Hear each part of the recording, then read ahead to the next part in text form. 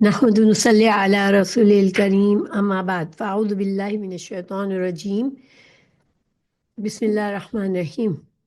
ہم قرآن مجید کی تفسیر کر رہے ہیں اور سورہ یاسین آیت نمبر 33 پہ پہنچے ہوئے ہیں۔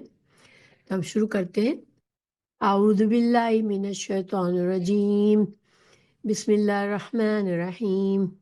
وَآيَةٌ لَهُمُ الْأَرْضُ الْمَيْتَةُ أَحْيَيْنَاهَا وَأَخْرَجْنَا مِنْهَا حَبًّا فَمِنْهُ يَأْكُلُونَ وَجَعَلْنَا فِيهَا جَنَّاتٍ مِّن نَخِيلٍ وَعَنَابٍ وَفَجَّرْنَا فِيهَا مِنَ الْعُيُونِ۔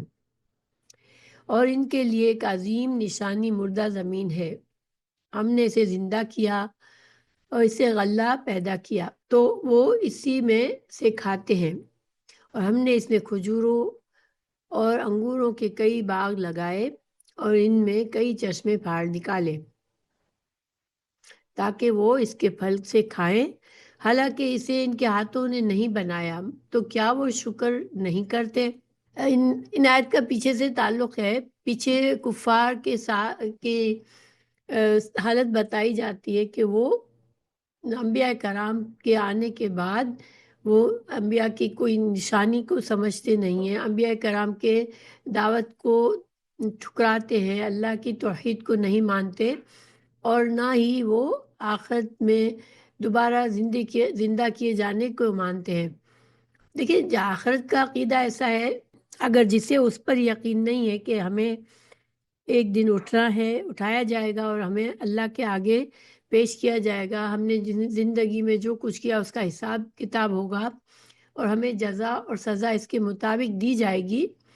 اگر کوئی انسان اس کو نہیں مانتا تو پھر اس دنیا میں اس کو کوئی خوف نہیں رہتا، وہ دنیا ہی کو صرف اپنی زندگی سمجھتا ہے، اور پھر وہ کسی جائز ناجائز حلال حرام کی پرواہ کیے بغیر اس دنیا میں اپنی من مانی زندگی رہنا چاہتا ہے۔ ورنہ یہ بات تو کوئی کافر بھی انکار نہیں کر سکتا کہ اللہ نے اسے پیدا کیا ہے، اور یہ بھی جانتا ہے اسے موت آئے گی، لیکن موت کے بعد دوبارہ اٹھایا جائے گا، وہ اس کے اوپر اس کے انکاری ہوتے ہیں۔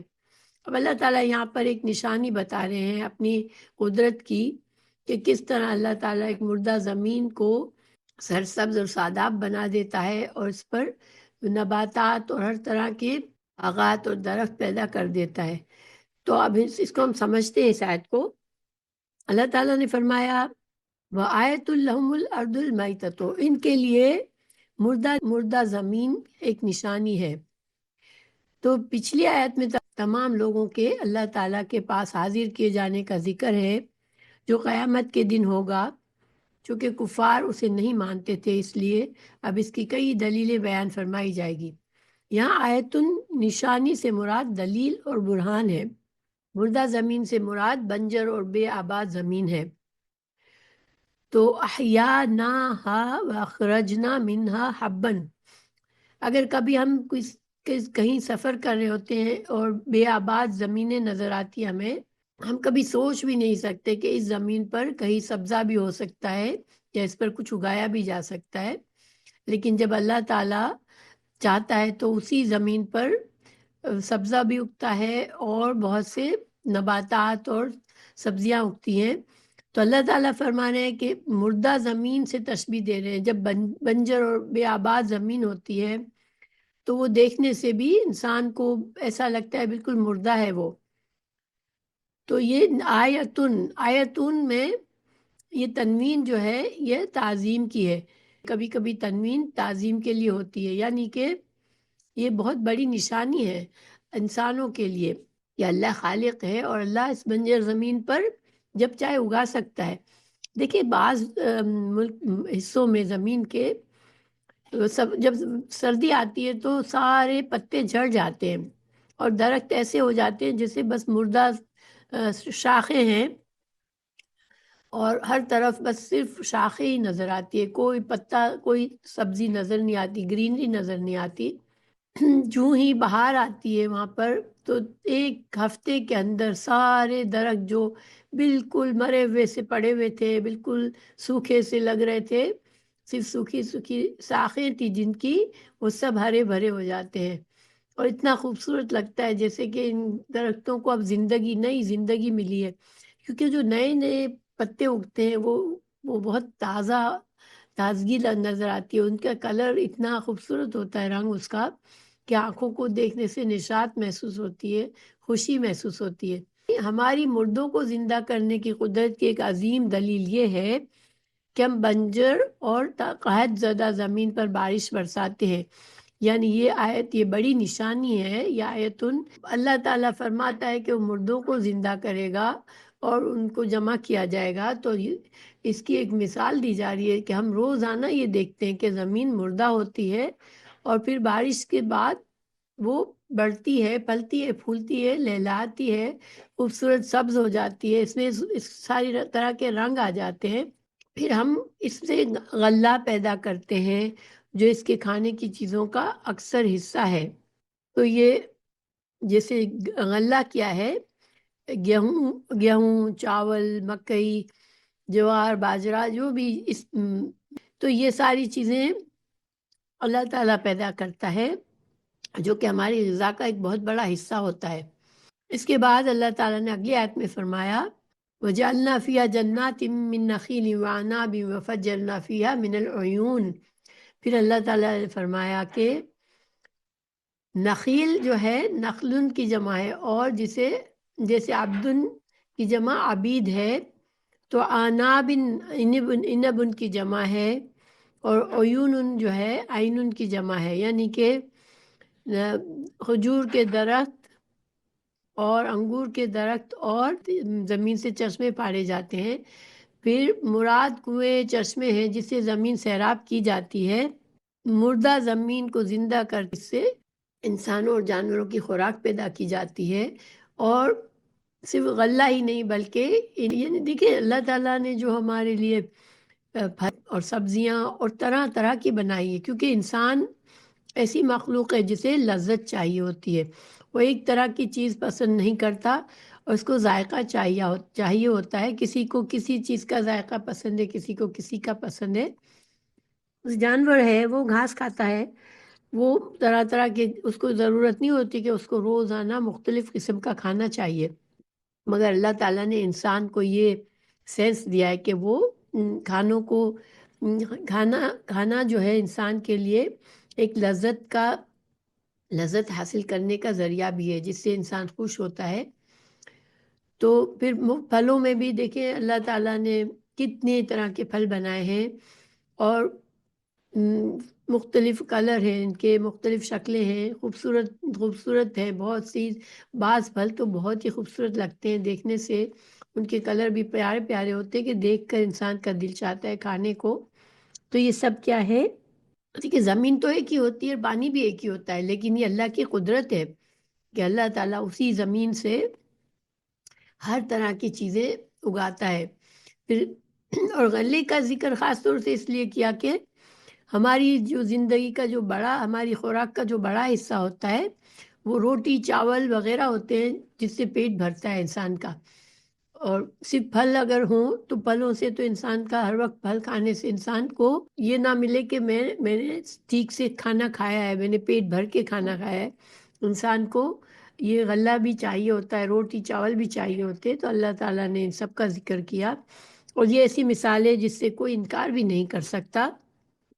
پھر اللہ تعالیٰ نے آیت 35 میں فرمایا لِيَأْكُلُوا مِن ثَمَرِهِ وَمَا عَمِلَتْهُ أَيْدِيهِمْ أَفَلَا يَشْكُرُونَ، کہ تاکہ وہ اس کے پھل کھائیں، حالانکہ اسے ان کے ہاتھوں نے نہیں بنایا، تو کیا وہ شکر نہیں کرتے؟ دیکھیں جو چیزیں اگائی جاتی ہیں زمین میں، ٹھیک ہے، یہ صحیح ہے کہ کھیت میں کام کیا جاتا ہے، کسان اس میں اگاتا ہے، زمین کو ہل چلاتا ہے، لیکن جب زمین کے اندر جب ڈال دیے جاتے ہیں بیج، پھر کوئی زمین کے اندر جا کے ان بیجوں کو پھاڑتا نہیں ہے کہ اس سے پھر وہ بیج پھٹتے ہیں، اس سے پھر کوئی چیز اگتی ہے، اور پھر ہر بیج میں اپنی ساری کس چیز کو اگانا ہے اس میں ساری خصوصیات موجود ہوتی ہے۔ تو یہ کام بندے کا نہیں ہے، بندے کے ہاتھوں کا نہیں ہے، اللہ تعالیٰ ہی یہ سب کچھ کرتا ہے۔ غلے، باغات، چشمے اور پھل اس کی کسی کی کوشش اور محنت سے پیدا نہیں ہوئے، بلکہ یہ سب کچھ ہم نے پیدا کیا ہے۔ تو کیا یہ شکر نہیں کرتے کہ ہماری ہی عبادت کریں اور کسی اور کو اس میں شریک نہ کریں؟ اب ظاہر ہے کہ اگر خالق ہے جو ہمیں نہ صرف جس نے ہمیں پیدا کیا اور جو ہمیں رزق دیتا ہے، ہمارے لیے طرح طرح کی چیزیں اگاتا ہے جو کہ ہمارے لیے ممکن ہی نہیں ہے کہ ہم کسی چیز کے بیج کو پھاڑے اور اس میں سے اس کا پودا نکالے، اس کو بڑھائیں اور پھر اس سے اس کے پھل نکالیں، یہ چیز تو ہم نہیں کر سکتے۔ پھر ہم کیوں شکر نہ کریں اللہ کا؟ اللہ تعالیٰ ان نہ ماننے والوں کے لیے دلائل پیش کر رہے ہیں کہ یہ سب چیزیں تم جانتے ہو، دیکھتے ہو، استعمال کرتے ہو، فائدے اٹھاتے ہو، مگر پھر بھی تم اللہ کا شکر نہیں کرتے، ایک اللہ کی عبادت سے انکار کرتے ہو۔ 36 سبحان الذی خلق الازواج کلھا مما تنبت الارض من انفسہم ومما لا یعلمون۔ اللہ تعالیٰ نے فرمایا پاک ہے وہ جس نے سب کے سب جوڑے پیدا کیے، ان چیزوں سے جنہیں زمین اگاتی ہے اور خود ان سے، اور ان چیزوں سے جنہیں وہ نہیں جانتے۔ تو یعنی ان لوگوں نے اللہ کے جو شریک بنا رکھے ہیں وہ اللہ تعالیٰ اس سے پاک ہے۔ سبحان اللہ ہر عیب سے پاک ہے۔ تو اللہ کے ساتھ جو بھی شریک بناتے ہیں تو پھر اللہ کو تو کسی چیز کی کمی نہیں ہے، اللہ کسی چیز میں محتاج نہیں ہے کسی کا، تو پھر یہ جو شریک بنائے جاتے ہیں وہ اللہ کی شان کے خلاف ہے۔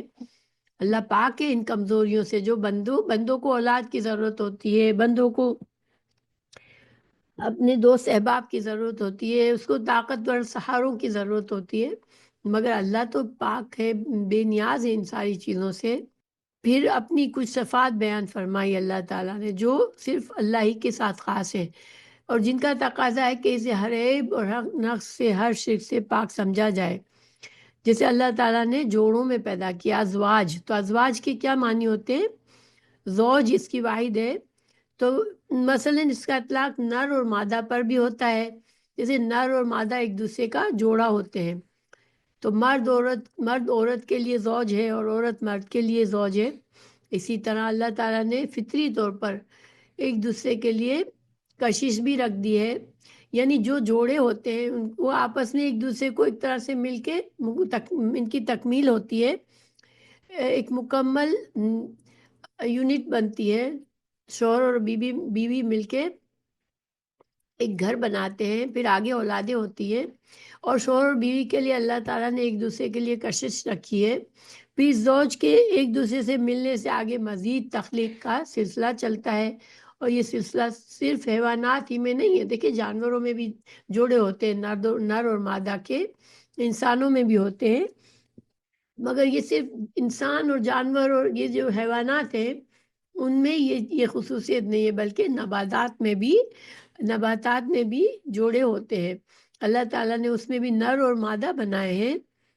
اللہ تعالیٰ نے سورہ زاریات میں فرمایا وَمِن كُلِّ شَيْءٍ خَلَقْنَا زَوْجَيْنِ لَعَلَّكُمْ تَذَكَّرُونَ، کہ ہر چیز سے ہم نے دو قسمیں بنائی تاکہ تم نصیحت حاصل کرو۔ تو نباتات میں سے کچھ درخت تو ایسے ہیں جن کا عام انسانوں کو بھی علم ہوتا ہے، تو مثلا کھجور ہے، انار کے درخت ہے، انار کے درخت بھی نر بھی ہوتے ہیں اور مادہ بھی ہوتے ہیں۔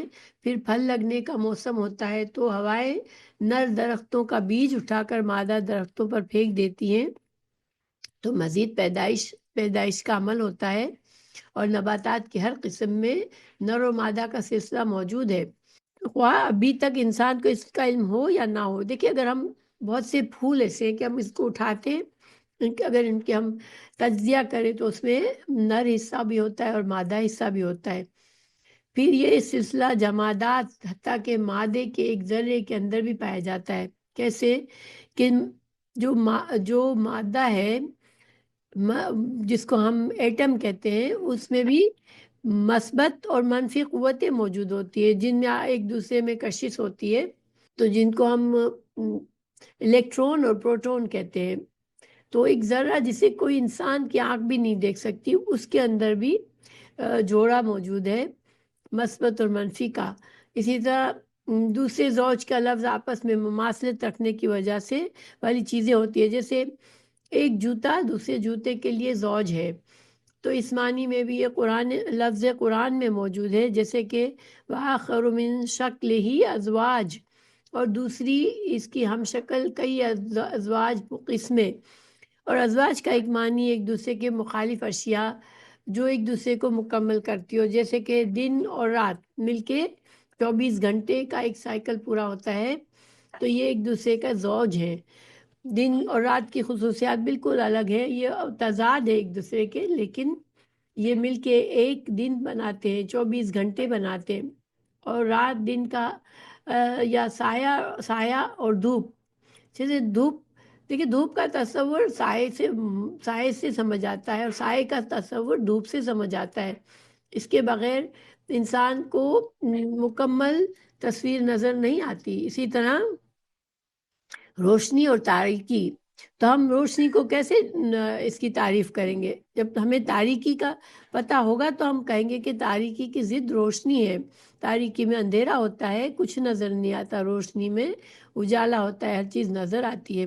تو یہ ایک دوسرے کے زوج ہیں۔ تو گویا یہ زوج کا سلسلہ اتنا وسیع ہے جو نباتات اور حیوانات کے علاوہ بھی تمام اشیاء میں پایا جاتا ہے، خواہ ہمیں اس کا علم ہو یا نہ ہو سکے۔ ٹھیک ہے، بعض چیزوں کا ہمیں علم نہیں ہوتا، لیکن ہمیں یہ یقین ہونا چاہیے کہ اللہ نے اپنی تخلیق میں جوڑے رکھے ہیں۔ اللہ تعالیٰ نے فرمایا سورہ ذاریات میں وَمِن كُلِّ شَيْءٍ خَلَقْنَا زَوْجَيْنِ لَعَلَّكُمْ تَذَكَّرُونَ، کہ ہم نے ہر چیز سے دو قسمیں بنائیں تاکہ تم نصیحت حاصل کرو۔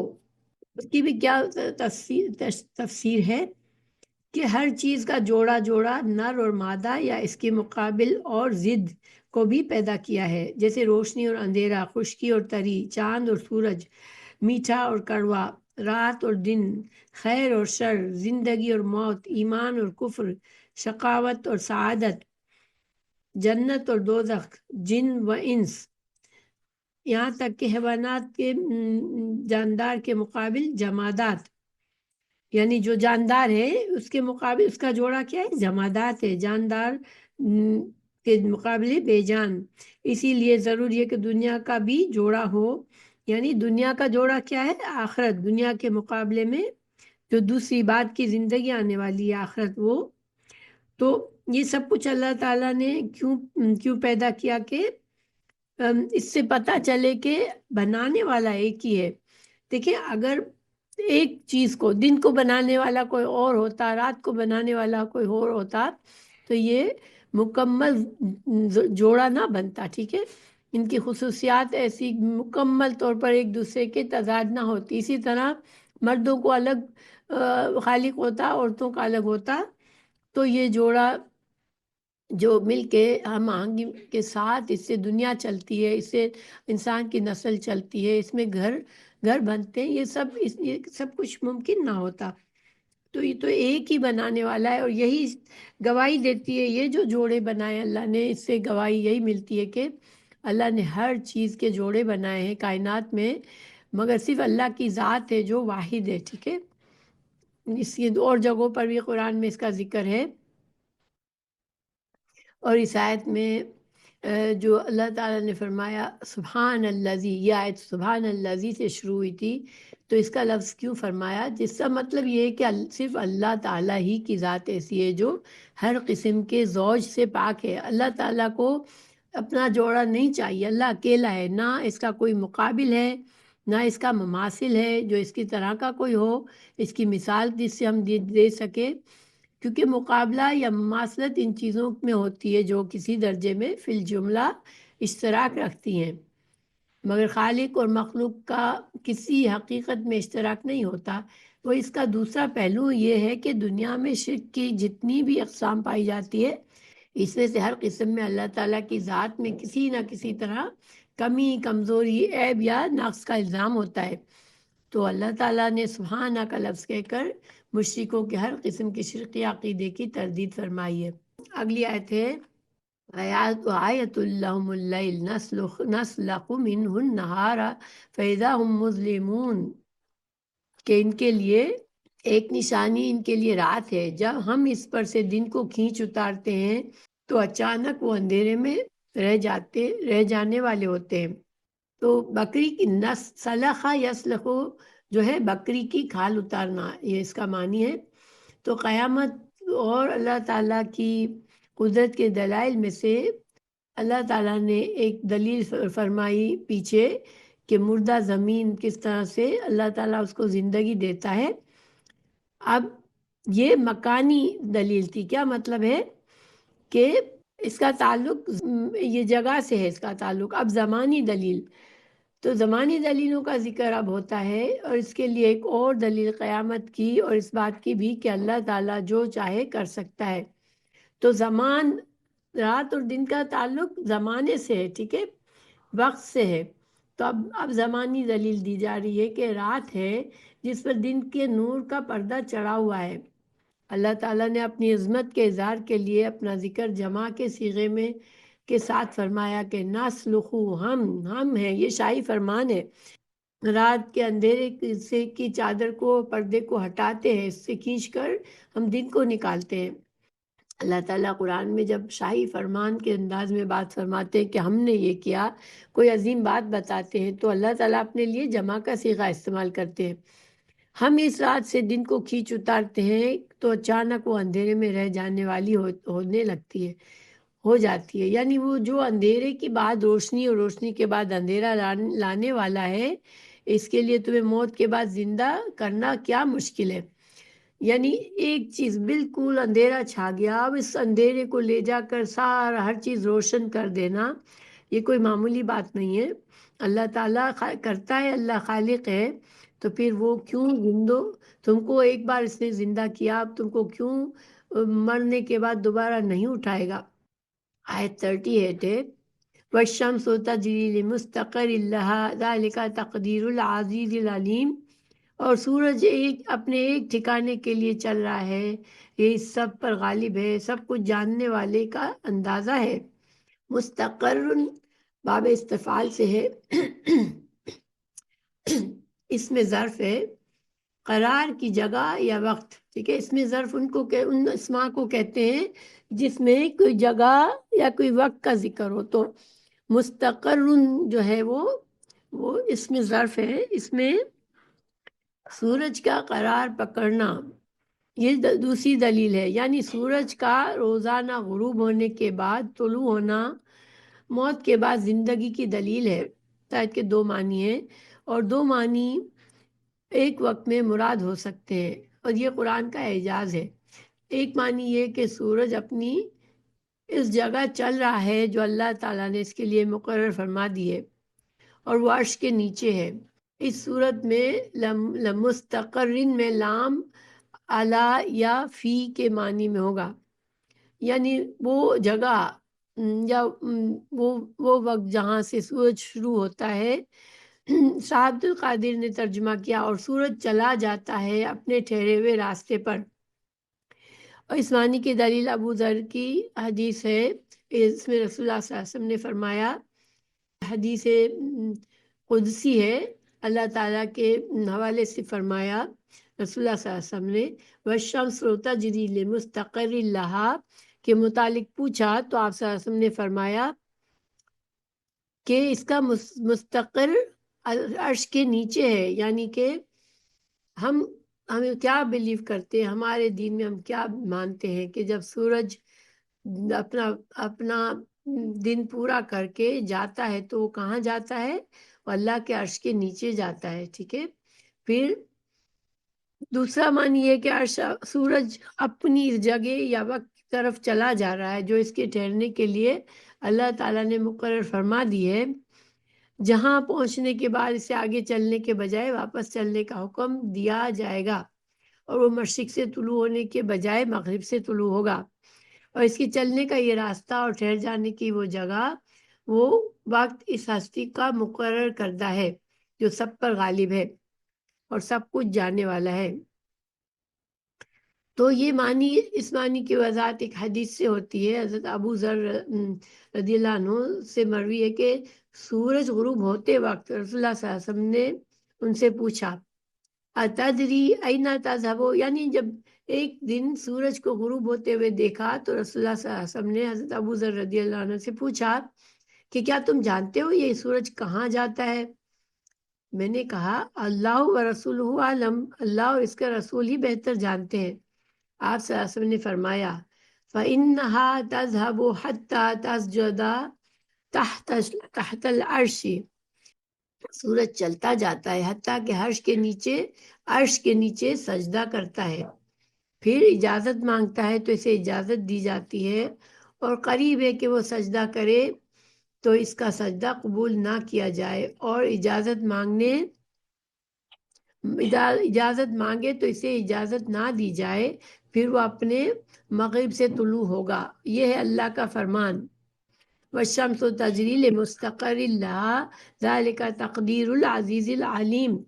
تو اس آیت کی تفصیل میں یہ حدیث بیان کی جاتی ہے۔ ہم اس کو مزید سمجھتے ہیں کہ اس آیت سے معلوم ہوا کہ سورج چل رہا ہے۔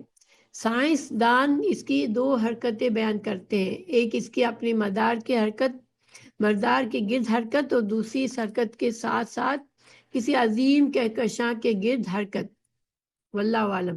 دیکھیے سائنس کے طور پر ہمیں یہ بتایا جاتا ہے نا کہ سورج جو ہے وہ اپنے محور پر جب پورا سرکل کرتا ہے تو دن اور رات کے 24 گھنٹے ہوتے ہیں۔ تو اسی طرح چونکہ جس طرح ہم سیاروں ستاروں کا اور زمین کا ہم دیکھتے ہیں، جو سائنسدان ہمیں پیش کرتے ہیں، تو سورج کا جو حصہ زمین کی طرف ہوتا ہے، زمین کے جس رخ کی طرف، وہ روشن ہوتا ہے، اور جہاں پر زمین اس کے پیچھے کا حصہ ہوتا ہے اس وقت وہاں رات ہوتی ہے۔ پھر سورج جو ہے وہ زمین کے دوسرے طرف جاتا ہے تو وہاں دن اور دوسری رات ہو جاتی ہے۔ یہ ہم سائنس سے جانتے ہیں۔ اور سورج کے پورا سال کی گردش پوری ہوتی ہے تو ایک سال ختم ہوتا ہے۔ تو اب یہاں پر یہ ایک سوال پیدا ہوتا ہے کہ یہ حقیقت تو سب کو معلوم ہے کہ سورج ہر وقت چلتا رہتا ہے، یہ ہمیں قرآن نے بھی بتا دیا کہ سورج ساکت نہیں اپنی جگہ پر، وہ چلتا ہے، اور سائنس بھی یہ کہتی ہے کہ سورج چلتا ہے۔ انسانوں کو اللہ نے عقل دی ہے، انسان اپنی عقل کو استعمال کرتا ہے اور تحقیقات کرتا ہے اور بہت سے نتیجے نکالتا ہے، ٹھیک ہے۔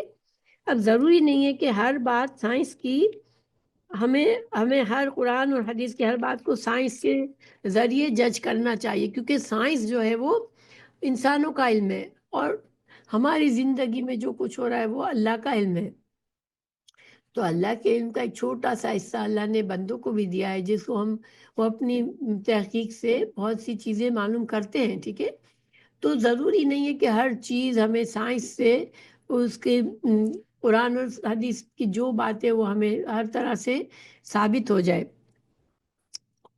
لیکن بہت سی چیزیں ثابت ہو بھی جاتی ہے، ٹھیک ہے، کوئی تضاد نہیں ہوتا ہے۔ ہاں یہ کہ انسانوں کا علم ناقص ہو سکتا ہے، انسانوں کے علم میں کمی ہو سکتی ہے، بہت سی تھیوریز بنا لیتے ہیں انسان، اندازے بنا لیتے ہیں، تو اب وہ اس میں سے کچھ باتیں ان کے تجربات سے صحیح ثابت بھی ہوئی ہوتی ہیں، جو کہ ہمیں قرآن اور حدیث کے علم سے بھی ہمیں لگتا ہے کہ ہاں یہ بات سائنس کی صحیح ہے، لیکن ہمیں کبھی بھی یہ نہیں کہنا چاہیے کہ اچھا قرآن و حدیث کی یہ بات تضاد ہے تو پھر سائنس تو ہم دیکھ رہے ہیں، لوگوں کا تجربہ ہے، تو پھر یہ کیا ہوا، ہمیں اس شک میں نہیں پڑنا چاہیے، ٹھیک ہے۔ ہمیں اللہ کے علم پر، اللہ خالق ہے، ہمیں اس کے علم پر بھروسہ ہونا چاہیے، یقین ہونا چاہیے کہ اللہ تعالیٰ نے سب کچھ بنایا ہے۔ اگر ہمیں کہیں سائنس اور قرآن و حدیث کی تعلیمات میں کہیں تضاد لگتا ہے تو سائنس کو انسانوں کا علم سمجھ کر، اس کو محدود سمجھ کر ہمیں چھوڑ دینا چاہیے کہ ٹھیک ہے جو بات اللہ نے بتائی ہم اس پر یقین رکھتے ہیں۔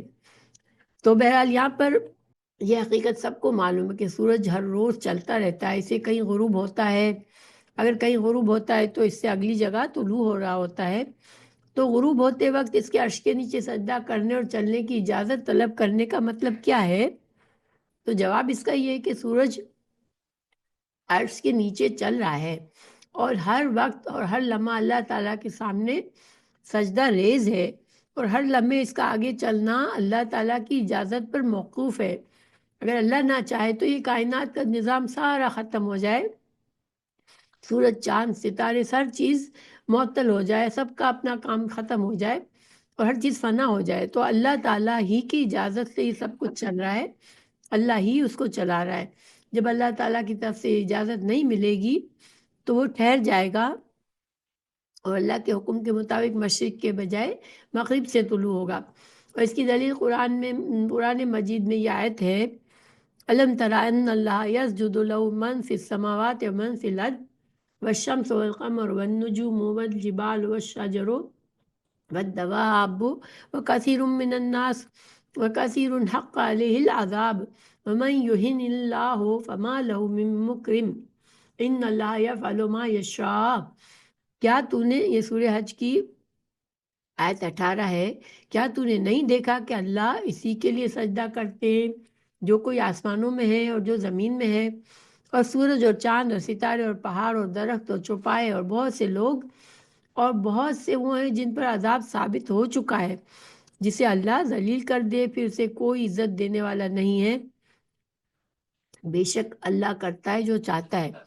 تو دیکھیں اس آیت سے بھی کیا پتہ چلتا ہے کہ کائنات کی ہر چیز، سورج ہے، زمین ہے، آسمان ہے، چاند ہے، ستارے ہیں، پہاڑ ہیں، شجر ہیں، پتھر ہیں، یعنی جو بھی چیزیں وہ اللہ کو اپنا خالق سمجھتی ہے اور اللہ کے آگے سجدہ ریز ہوتی ہے. ٹھیک ہے. اچھا، اب ہم ضروری نہیں ہے کہ ہم سمجھیں کہ وہ کیسے سجدہ کرتے ہیں، لیکن چونکہ اللہ تعالیٰ فرما رہا ہے تو ہم مانتے ہیں اس چیز کو. پھر اللہ تعالیٰ نے یہاں فرمایا کہ بہت سے انسان اور کچھ جو ہے ان پر عذاب ہو گیا، کیونکہ انسانوں کو اللہ نے اختیار دیا ہے. ٹھیک ہے. ان چیزوں کو اختیار نہیں ہے. سورج، چاند، ستارے، یہ سب تو اللہ کے مکمل فرما بردار ہیں. جانور اللہ کے مکمل فرما بردار ہے. اللہ کی تمام مخلوق وہ کر رہی ہے جس کے لیے اللہ نے اسے پیدا کیا ہے. انسان کو اللہ نے تھوڑا سا اختیار دیا ہے. کیا اختیار ہے؟ کہ اس کو ارادہ دیا ہے. اللہ نے اس کو یہ اختیار دیا ہے کہ اپنے ارادے سے وہ اللہ کا فرما بردار ہوتا ہے اور اللہ کے احکامات کو مان کے اس کے مطابق زندگی گزارنا پسند کرتا ہے، یا اپنی منمانی کرنا چاہتا ہے. اور پھر منمانی میں بھی وہ اتنی ہی نافرمانی کر سکے گا جتنا اللہ اسے کرنے دے گا، اور جس وقت اللہ اس کو روک لے گا تو وہ چاہتے ہوئے بھی نافرمانی نہیں کر سکے گا. تو پھر اس وجہ سے جو اللہ کے نافرمان بندے ہیں وہ اللہ کو سجدہ نہیں کرتے، اور اسی وجہ سے وہ عذاب کے مستحق ہوں گے آخرت میں. پھر اللہ تعالیٰ نے فرمایا کہ اللہ تعالیٰ جسے عزت دے اسے کوئی ذلیل نہیں کر سکتا، اور جسے اللہ ذلیل کرے اسے کوئی عزت دینے والا نہیں ہے. تو دیکھیں یہ حصہ ہمارے سبق سے تو تعلق نہیں ہے، مگر یہ بہت ہی اہم بات ہے. دنیا میں انسان عزت چاہتا ہے. ٹھیک ہے. اور عزت اور اپنا ایگو بڑھانے کے لیے وہ لوگوں پر بعض اوقات زور و جبر بھی کرتا ہے کہ میں طاقتور ہوں، میرے پاس پیسہ ہے، میں فلاں ہوں تو میری عزت کی جائے، میرے سامنے جھک کے بات کی جائے، میری بات مانی جائے. لیکن وہ عزت جو ہوتی ہے وہ انسانوں کے اپنے جو دوسروں پر زیادتی کر کے یا وہ کسی طرح دنیا میں کماتا ہے، وہ عزت تو اللہ جب چاہے اسے ذلیل کر دے. ٹھیک ہے. اللہ چاہے تو اسے تھوڑی عزت دنیا میں مل جائے گی، مگر اس کو جب اللہ چاہے گا ذلیل کر دے گا. کیونکہ دیکھیں ہمارے پاس بہت بڑی بڑی نشانیاں ہیں. فرعون کو اللہ نے وہ مقام دیا کہ وہ اپنے آپ کو الہ سمجھنے لگا، مگر جب اللہ نے اس کی رسی کھینچی تو وہ ڈوب کے مر گیا. تو یہ تو سب اللہ کے ہاتھ میں ہے. انسان کو بندوں میں اپنے لیے عزت پیدا کرنے کے لیے چاہت نہیں ہونی چاہیے. بس اللہ کو راضی کر لے گا تو پھر اللہ خود ہی اس کو عزت دیتا ہے. تو سورج کا روزانہ غروب کے بعد دوبارہ طلوع ہونا یہ موت کے بعد زندگی کی دلیل ہے. پھر سورج اور چاند کی عظیم مخلوقات کے ساتھ اللہ تعالیٰ نے اپنی دو جلال و کمال والی صفات عزیز اور علیم کا ذکر فرمایا، اور سورہ انعام میں اور سورہ حمیم سجدہ میں بھی. تو یہ چونکہ اللہ تعالیٰ زبردست ہے، اللہ کے یہ سارا نظام کائنات کا اللہ اپنے قوت سے چلا رہا ہے، اپنی قدرت سے چلا رہا ہے، اور اللہ علیم ہے، اپنے علم سے چلا رہا ہے. اچھا، لیکن قیامت کی نشانیوں میں سے ایک نشانی یہ ہے کہ سورج جو ہے وہ مشرق کے بجائے مغرب سے طلوع ہوگا. تو یہاں پر جو ہم نے جانا کہ جب اللہ تعالیٰ اس حدیث میں ہمیں بتایا گیا کہ جب اللہ تعالیٰ اس کو اجازت نہیں دے گا تو سورج لوٹ جائے گا اور دوبارہ مغرب سے نکلے گا. تو وہ قیامت کی نشانیوں میں سے ایک نشانی ہے. ٹھیک ہے کہ قرب قیامت سورج ایک دن مغرب سے نکلے گا اور وہ سورج کا آخری دن ہوگا. پھر اللہ تعالیٰ نے فرمایا آیت 39 میں وَالْقَمَرَ قَدَّرْنَاهُ مَنَازِلَ حَتَّىٰ عَادَ كَالْعُرْجُونِ الْقَدِيمِ، اور چاند ہم نے اس کی منزلیں مقرر کر دی یہاں تک کہ وہ دوبارہ پرانی کھجور کی ٹیڑھی ڈنڈی کی طرح ہو جاتا ہے. الارجون تک ہے جس کا معنی ٹیڑھا ہونا. تو کھجور کے گچھے کی وہ ٹیڑھی میڑھی ڈنڈی جن کے ساتھ کھجوریں لگی ہوئی ہوتی ہے. یہ تیسری دلیل ہے. سورج کی طرح چاند ہمیشہ ایک شکل کا نہیں رہتا بلکہ روزانہ گھٹتا بڑھتا ہے. اللہ تعالیٰ نے اس کی 28 منزلیں مقرر فرمائی ہے جن میں وہ نظر آتا ہے. پھر 1 یا 2 دن وہ غائب رہ کر دوبارہ طلوع ہو جاتا ہے. پہلی رات وہ پتلی ٹیڑھی سی لکیر کی طرح ہوتا ہے جس کی روشنی بھی مدھم ہوتی ہے. پھر وہ بڑھتا ہوا 14ویں رات کو پورا روشن ہو جاتا ہے. پھر گھٹتا ہوا 28ویں رات کو دوبارہ اس حالت میں پلٹ جاتا ہے جسے اللہ تعالیٰ نے کھجور کی پرانی ٹیڑھی بے رونق ڈنڈی کے ساتھ تشبیہ دی ہے. لاکھوں برس سے چاند کا گھٹنا بڑھنا اور طلوع اور غروب اسی طرح جاری ہے. اتنے زبردست غلبے اور کامل علم والے کے لیے انسان کو دوبارہ زندہ کرنا کیا مشکل ہے. دیکھیں جو لوگ اللہ کی ذات کو نہیں سمجھتے، اللہ کو نہیں مانتے، اللہ کے فرما بردار نہیں ہونا چاہتے، ان کو سمجھنا چاہیے. وہ دیکھتے ہیں چاند کو دیکھتے ہیں ہر مہینہ وہ اپنی شکلیں بدلتا ہے، اپنی سائز بدلتا ہے. اور وہ سالہ سال سے جب سے ہماری زندگی چل رہی ہم دیکھ رہے ہیں کیسے ہی ہو رہا ہے. تو یہ کون کر رہا ہے؟ اتنا نظام جس میں کوئی خرابی نہیں، وہ کون چلا رہا ہے ایسا نظام؟ تو یہ انسان کو سمجھنا چاہیے کہ جس اللہ کا اتنا غلبہ زبردست ہے، کامل علم ہے، تو انسان کو دوبارہ کیوں پیدا کرنا اس کے لیے مشکل ہے. اور پھر دوبارہ پیدا نہ کرنا عجیب بات ہے. کیونکہ دیکھیں یہ دنیا میں تو چیزیں عدل کے ساتھ نہیں ہوتی نا. لوگ ظلم بھی کرتے ہیں، زیادتی بھی کرتے ہیں. کسی کو پیدا ہوتے ہی نعمتوں کے انبار ہوتے ہیں اس کے پاس. کوئی پیدا ہی غریب گھر میں ہوتا ہے، کوئی سڑکوں پر پلتا ہے، کوئی محلوں میں پلتا ہے. تو دنیا میں تو کوئی عدل و انصاف نہیں ہے. اور چونکہ دنیا ایک آزمائش کی جگہ ہے، دنیا ہمارے امتحان کی جگہ ہے. اللہ نے مختلف لوگوں کو مختلف چیزیں دی ہیں، مختلف نعمتیں دی ہیں، صلاحیتیں دی ہیں، شکل و صورت میں مختلف بنایا ہے تاکہ اللہ ہمیں آزمائے کہ جو کچھ اللہ نے دیا ہے کیا ہم اس کا شکر کر رہے ہیں، اور کیا جو کچھ مشکل ہمارے پاس ہے، جو تنگی ہے، اس میں ہم اللہ کی مرضی اور مشیت کو سمجھ کے صبر کرتے ہیں، اللہ پر توکل کرتے ہیں. تو یہ ہمارا امتحان ہے. مگر انسان کو یہ سمجھنا کہ آخرت نہیں ہے تو اس کا مطلب ہے کہ کوئی انصاف ہی نہیں ہے. پھر جس نے اس دنیا کو بنایا اس نے انصاف نہیں کیا، کیونکہ اس نے تو کسی کو اتنی اچھی زندگی دی اور کسی کو اتنی ظلم، مصائب، مشکلات، پریشانیاں دی، اور دونوں ہی مر گئے. تو ان کو تو ان کی زندگی میں برابری نہیں ملی. مگر ایک دن ہونا چاہیے جب ظالموں کو ان کے ظلم کی سزا ملے اور مظلوم کو اس کے فائدہ ملے، اس کا ازالہ کیا جائے. تو اس وجہ سے آخرت کو ماننا اتنا ہی ضروری ہے جتنا انسان اللہ کو مانتا ہے. تو آخرت یہ ماننا کہ اللہ جو ہے عدل کے ساتھ چلا رہا ہے اس کائنات کو، اور وہ ضرور ایک دن اٹھائے گا سب کو اور سب حساب کتاب ہوں گے. پھر اللہ تعالیٰ نے آیت 40 میں بتایا لَلشَّمْسُ يَنبَغِي لَهَا أَن تُدْرِكَ الْقَمَرَ وَاللَّيْلُ سَابِقُ النَّهَارِ وَكُلٌّ فِي فَلَكٍ يَسْبَحُونَ. نہ سورج اس کے لیے لائق ہے کہ وہ چاند کو جا پکڑے، نہ رات ہی دن سے پہلے آنے والی ہے، اور سب ایک ایک دائرے میں تیر رہے ہیں. تو یہ چوتھی دلیل ہے، یعنی چاند کی روشنی کے ظہور کا وقت رات ہے، ہو سکتا یہ نہیں ہو سکتا کہ رات کو جب چاند چمک رہا ہو تو اچانک سورج طلوع ہو جائے، یہ کبھی نہیں دیکھا کسی نے۔ تو ولل لیل سابق النہار، اور نہ ہی ہو سکتا ہے کہ ابھی دن کے وقت باقی ہے اور یکایک رات چھا جائے۔ وَكُلٌّ فِي فَلَكٍ يَسْبَحُونَ، سبح یسبح کا معنی تیرنا ہے، یعنی کیا سورج، کیا چاند، کیا ستارے، جن میں زمین بھی شامل ہے، ہر ایک کا اپنا اپنا فلک مدار ہے جس میں وہ تیر رہا ہے۔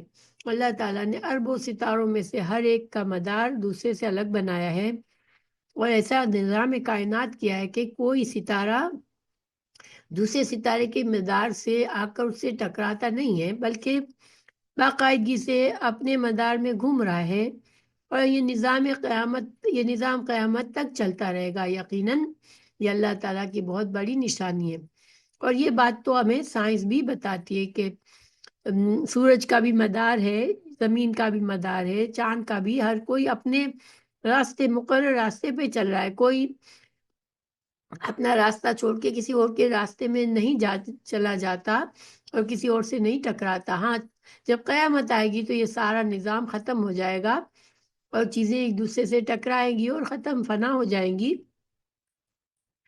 اور یہ جب ہوگا جب اللہ چاہے گا۔ ان آیت کا اصل مقصد علم حیت کے حقائق بیان کرنا نہیں، بلکہ انسان کو یہ سمجھانا مقصود ہے کہ اگر وہ آنکھیں کھول کر دیکھیں اور عقل سے کام لے تو زمین سے لے کر آسمان تک جدھر بھی وہ نگاہ ڈالیں گے، اس کے سامنے اللہ تعالیٰ کی ہستی اور اس کی ایک ہونے کے بے حساب دلائل نظر آئیں گے، اور کہیں کوئی ایک دلیل بھی یہ نہیں ثابت کر سکتی کہ اللہ کے سوا کوئی اور الہ موجود ہے، یا شرک کے لیے کوئی ثبوت مل سکتا ہے۔ تو ہماری یہ زندگی جس میں نظام شمسی بھی شامل ہے، اس کی عظمت کا یہ حال ہے کہ اس کا مرکز سورج زمین سے 3 لاکھ گنا بڑا ہے، اور اس کے بعید ترین ستارے نیپچون کا فاصلہ سورج سے کم از کم 2,79,33,30,00,000 میل ہے، بلکہ اگر پلوٹو کے بعید ترین ستارہ مانا جائے تو سورج سے 4,60,00,000 میل دور تک پہنچ جاتا ہے۔ اس عظمت کے باوجود یہ نظام شمسی ایک بہت بڑے کہکشاں کا محض ایک چھوٹا سا حصہ ہے، جس کہکشاں میں ہمارا یہ نظام شمسی شامل ہے۔ اس میں تقریباً 3 ارب آفتاب پائے جاتے ہیں، اور اس کا قریب ترین آفتاب ہماری زمین سے اس قدر دور ہے کہ اس کی روشنی یہاں تک پہنچنے میں 4 سال صرف ہوتے ہیں۔ پھر یہ کہکشاں بھی پوری کائنات نہیں۔ تو سبحان اللہ، یہ سب چیزیں جب انسان اگر غور و فکر کرے تو اس کو اللہ کی عظمت نظر آتی ہے، اللہ کا ایک ہونا نظر آتا ہے، اور اللہ کی مخلوق کے آگے دیکھ کے وہ سوچتا ہے میری ذات تو ایک ذرہ بھی نہیں ہے، اور وہ اللہ کے آگے جھک جاتا ہے۔ اللہ تعالیٰ ہدایت دے کے انسان جو ہے اس اللہ کی عظمت کو کبھی نہ بھولے، اور اپنے آپ کو کبھی اتنا بڑا نہ سمجھے کہ وہ اللہ کے دیے ہوئے اختیارات کا غلط استعمال کرے اور اللہ کے سامنے سرکشی کرے۔ آمین۔